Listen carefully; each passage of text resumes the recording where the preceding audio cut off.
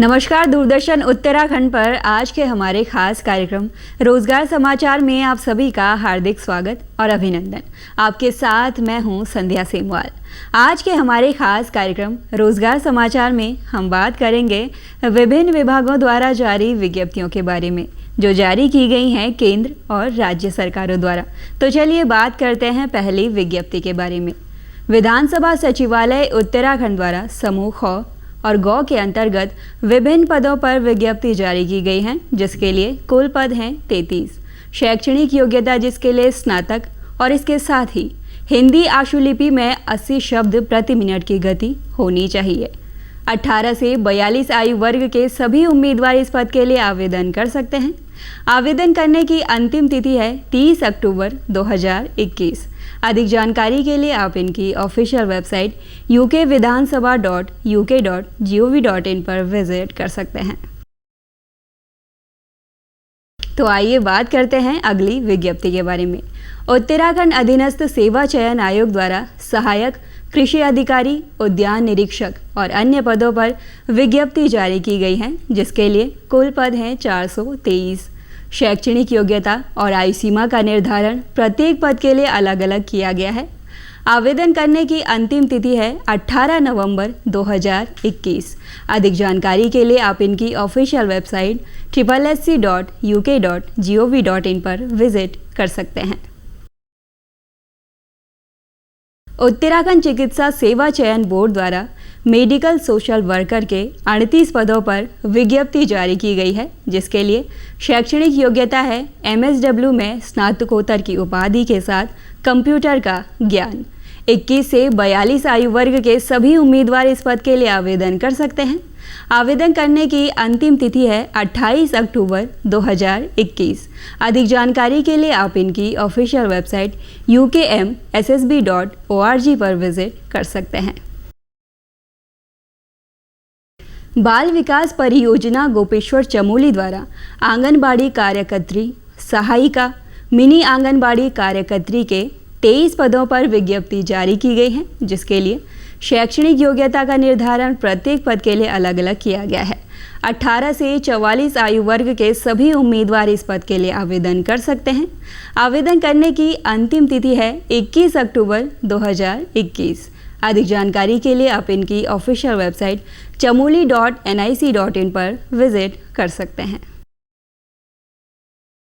Union public service commission द्वारा NDA और NA के 400 पदों पर विज्ञप्ति जारी की गई है, जिसके लिए शैक्षणिक योग्यता है फिजिक्स और मैथ विषय के साथ 12वीं। 15 से 18 आयु वर्ग के सभी उम्मीदवार इस पद के लिए आवेदन कर सकते हैं। आवेदन करने की अंतिम तिथि है 8 अक्टूबर 2021। अधिक जानकारी के लिए आप इनकी ऑफिशियल वेबसाइट upsc.gov.in पर विजिट कर सकते हैं। तो आइए बात करते हैं अगली विज्ञप्ति के बारे में। इंडियन नेवी द्वारा कैडेट एंट्री स्कीम के 35 पदों पर आवेदन आमंत्रित किए गए हैं, जिसके लिए शैक्षणिक योग्यता है PCM द्वारा 70% अंकों के साथ इंटरमीडिएट। 16 से 19 आयु वर्ग के सभी उम्मीदवार इस पद के लिए आवेदन कर सकते हैं। आवेदन करने की अंतिम तिथि है 10 अक्टूबर 2021। अधिक जानकारी के लिए आप इनकी ऑफिशियल वेबसाइट joinindiannavy.gov.in पर विजिट कर सकते हैं। ईस्टर्न रेलवे द्वारा अप्रेंटिस के 3,366 पदों पर विज्ञप्ति जारी की गई है, जिसके लिए शैक्षणिक योग्यता है 8वीं और हाई स्कूल। 15 से 24 आयु वर्ग के सभी उम्मीदवार इस पद के लिए आवेदन कर सकते हैं।